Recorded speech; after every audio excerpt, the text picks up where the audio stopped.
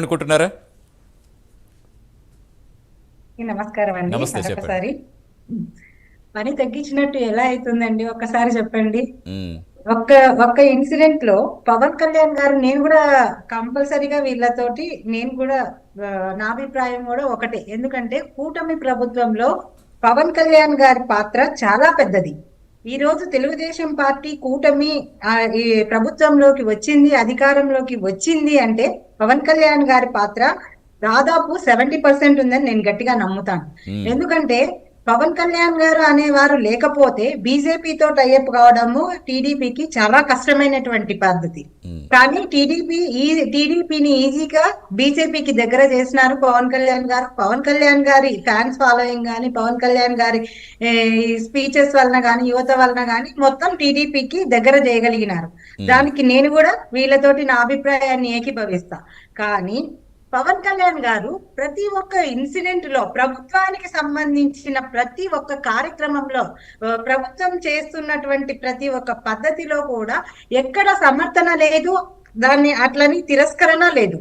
కేవలం ఏదో ఒకటి రెండు ఇన్సిడెంట్లలో, నిన్న తిరుపతిలో జరిగిన ఇన్సిడెంట్ లో ఈ రకంగా మాట్లాడినారని చెప్పి ప్రతిపక్ష పాత్ర బీజేపీ పవన్ కళ్యాణ్ గారు తీసుకుంటారు, జగన్మోహన్ రెడ్డి అవసరం లేదు అనేది ఎంతవరకు సమంజసం అని చెప్పేసి నేను క్వశ్చన్ వేస్తున్నాను. అలా అదే కాదు, ఒక్క విధంగా ఇన్సిడెంట్ అని కాదు, ఈరోజు ఒక్క ఇన్సిడెంట్ కాదండి. నిజంగా ప్రాణాలు పోవటం నిజంగా అందరికీ బాధాకరమే, ప్రతి ఒక్కళ్ళు కూడా అది బాధపడుతున్న విషయమే. అది దీని గురించి అని కాదు, గతంలో కూడా చాలా సంఘటనలు అక్కడ ఏ తప్పు జరిగినా ఏదో మేము పాలిస్తున్నాం కదా, మా తప్పులు మేము ఎంచుకోకూడదు కదా, అక్కడ లోపాలు సరి చేసుకోవాలి కదా అని ఆయన ఎప్పటి నుంచి ప్రశ్నించడం మీకు కనిపించట్లేదా? ఆయన ప్రశ్నిస్తున్నారు. ఎంతవరకు ప్రశ్నిస్తున్నారు? ఆయన మేజర్ విషయాలలో ప్రశ్నిస్తున్నారా? అంటే ఏంటి అంటే మీరు అనుకునే మేజర్ విషయాలు, మీరు అనుకునే మేజర్ విషయాలు ఏంటి? మీరు అనుకునే మేజర్ విషయాలు ఎలక్షన్ ముందుగా పవన్ కళ్యాణ్ గారు చెప్పారు 30,000 మంది వాలంటీర్లు మిస్ అయినారు, మహిళలు మిస్ అయినారు అని చెప్పేసి. ఈ రోజు ఏమన్నా ప్రభుత్వం అధికారంలో ఉన్నారు పవన్ కళ్యాణ్ గారు, 30,000 మందిలో ముగ్గురన్నా తీసుకొని వచ్చి కాపాడగలిగినారా? ఎక్కడున్నారో ప్రశ్న సమాధానం చెప్పగలిగినారా? ఈ రోజు విశాఖపట్నంలో స్టీల్ ప్లాంట్ ప్రైవేటీకరణలో భాగంగా దాదాపు 6 నెలల నుండి వాళ్ళు ఇది నిరాహార దీక్షలు చేస్తున్నారు. దాని గురించి ఏదైనా మాట్లాడగలిగినారా? కోర్టుల గురించి కానీ, మెడికల్ కాలేజీల గురించి కానీ, లేదంటే ప్రభుత్వంలో ఉన్నటువంటి అధికారులకు జీతభత్యాల విషయంలో కానీ ఎక్కడైనా కానీ మాట్లాడగలిగినారా? సామాన్యులకు సంబంధించిన ఏ ఒక్క విషయంలో, ఏ ఒక్క ఇన్సిడెంట్ లో కూడా ఆయన మాట్లాడడం జరగలేదు. ఆయన మాట్లాడే ప్రతి మాట కూడా ఎక్కడ ఉంది? ఆయన మాట్లాడుతున్నారు. మొన్నటికి మొన్న అనిత గారి మీద, డీజీపీ గారి మీద మాట్లాడినారు. డీజీపీ గారి మీద మాట్లాడితే కేవలము ఆయనకే ఆపాదించినారు. ఆయన కూతుర్ని ఏదో అన్నారు అని చెప్పేసి ఆయన మాట్లాడుతున్నారు అని అన్నారు తప్ప, లేదు అంటే ఆయన నిజాలు మాట్లాడుతున్నారు, ప్రభుత్వం వైఫల్యమైంది అని చెప్పేసి కూటమి ప్రభుత్వం ఏమన్నా మేల్కొనిందా? ఈ రోజు ప్రజలకు సంక్షేమ పథకాలు అందడం లేదు, దాని గురించి నోరు మెదుపుతున్నాడా? ప్రతిపక్షం అంటే ఏంటి? ప్రజల యొక్క గొంతును వినిపించేటువంటి హక్కు ప్రతిపక్షానికి ఉంటుంది.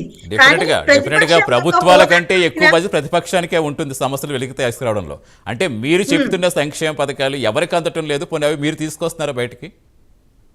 డెఫినెట్ గా వాళ్ళు చెప్పినటువంటి సూపర్ 6 కార్యక్రమాలు ఎక్కడ ఇప్పుడు దాన్ని ఇది చేస్తున్నారండి? సూపర్ 6 ఎక్కడైనా అవలంబిస్తున్నారా? సూపర్ 6 ఇస్తున్నారా? పెన్షన్లలో దాదాపు 7 లక్షల మందికి పెన్షన్లు తీసేసినారు. ఈ రోజు మా ప్రభుత్వంలో ఉన్నటువంటి 7 లక్షల పెన్షన్లను తీసేసినారు. ఆ 7 లక్షల పెన్షన్లు 7 లక్షల మందికి రాలేదు అని చెప్పి పవన్ కళ్యాణ్ గారు మాట్లాడగలుగుతున్నారా? ఈ రోజు అమ్మఒడి కార్యక్రమం జరుగుతా ఉంది. అమ్మఒడి కార్యక్రమం జగన్మోహన్ రెడ్డి గారు ఉంటే మార్చిలోనే వేసేవాడు, కానీ ఇప్పటికి కూడా ఆ అమ్మఒడి కార్యక్రమము పడలేదు. ఇప్పుడు అమ్మఒడి యొక్క కార్యక్రమం పడలేదు, మీకు 15,000 రూపాయలు ఇస్తాము అని చెప్పినటువంటి చంద్రబాబు నాయుడు గారిని ప్రశ్నిస్తున్నారా? ఎక్కడ ప్రశ్నిస్తున్నారు? ప్రజల గొంతుకని ప్రశ్నిస్తున్నారా? లేదంటే కేవలము అధికారులకు తను కూడా డిప్యూటీ సీఎం గా ఉన్నాను, నేను ఒక దర్పం అనిపించుకోవాలి అని చెప్పేసి ఏమైనా ఆయన మాట్లాడగలుగుతున్నారా? ఇంకొక విషయం చెప్తాను. రాయలసీమ, ఆంధ్ర, కోస్తా, రాయలసీమ ఈ 3 రాష్ట్రాలకు, 3 ప్రదేశాలకు సంబంధించి కోస్తాలో గాని అటు రాయలసీమలో హైకోర్టు బెంచ్ ఇస్తానని చెప్పినారు చంద్రబాబు నాయుడు గారు. 2014లోనే హైకోర్టు బెంచ్ రావాల్సింది. జగన్మోహన్ రెడ్డి గారు ఆ విధంగా పావులు కలిపినారు. ఈ రోజు మళ్ళీ తీసుకెళ్లి అమరావతిలో హైకోర్టు బెంచ్ ని విలీనం చేయాలనుకుంటున్నారు. అక్కడ పెట్టిన లోకాయుక్తను కూడా హైకోర్టు ప్రాంగణానికే మార్చాలనుకుంటున్నారు. అసలు అమరావతి మీద ఆయన యొక్క వాయిస్ ఏంటి, ఆయన యొక్క నిర్ణయం ఏంటి, ఆయన ప్రజలకు ఏ విధంగా ముందుకెళ్తున్నారు అనేది ఏమైనా ఆయన గట్టిగా బయటకు చెప్పగలుగుతున్నారా?